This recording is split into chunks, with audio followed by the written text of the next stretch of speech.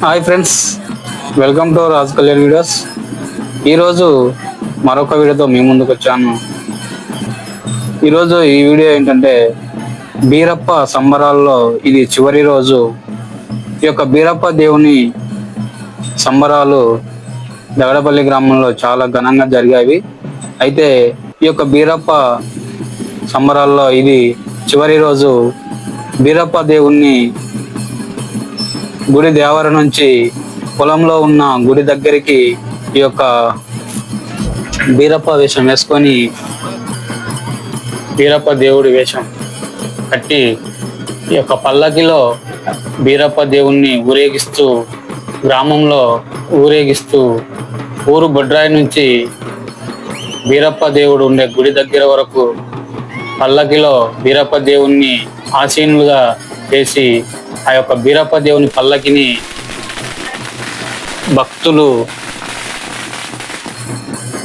పల్లకిని మోస్తూ మేళ తాళాలతో డప్పు వాయిదాలతో బీరప్ప దేవుణ్ణి వేషం కట్టిన అతని ఆ యొక్క దేవుడు అనే నమ్మకాన్ని పల్లకిలో కూర్చోబెట్టుకొని ఆసీనులుగా చేసి ఆ యొక్క బీరప్ప దేవుణ్ణి ఆ యొక్క గుడి వరకు ఈ యొక్క పల్లకిని భక్తులు మోసుకెళ్తూ ఈ యొక్క సంబరాన్ని చివరి రోజు బీరప్ప దేవుణ్ణి గుడి దగ్గరికి తీసుకువెళ్ళటం జరుగుతుంది. ఈ యొక్క సంబరాలు చాలా ఘనంగా జరిగాయి.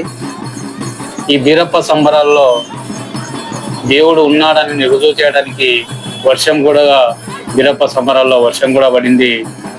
వర్షంతో ఈ యొక్క భక్త జనాన్ని దేవుడు ఉన్నాడని నిరూపించడం జరిగింది.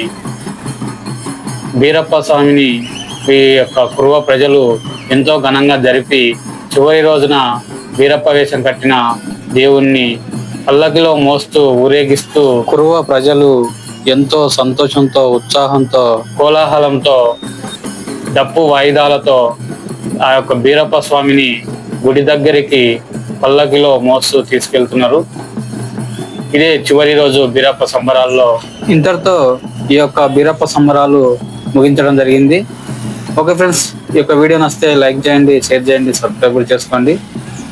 అలాగే మన సాంప్రదాయాలను మనం ఎప్పుడూ గుర్తు చేసుకోవాలి. ముందు తరాలకు ఈ యొక్క సాంప్రదాయాల గురించి తెలియజేయాలి. Okay friends, thank you.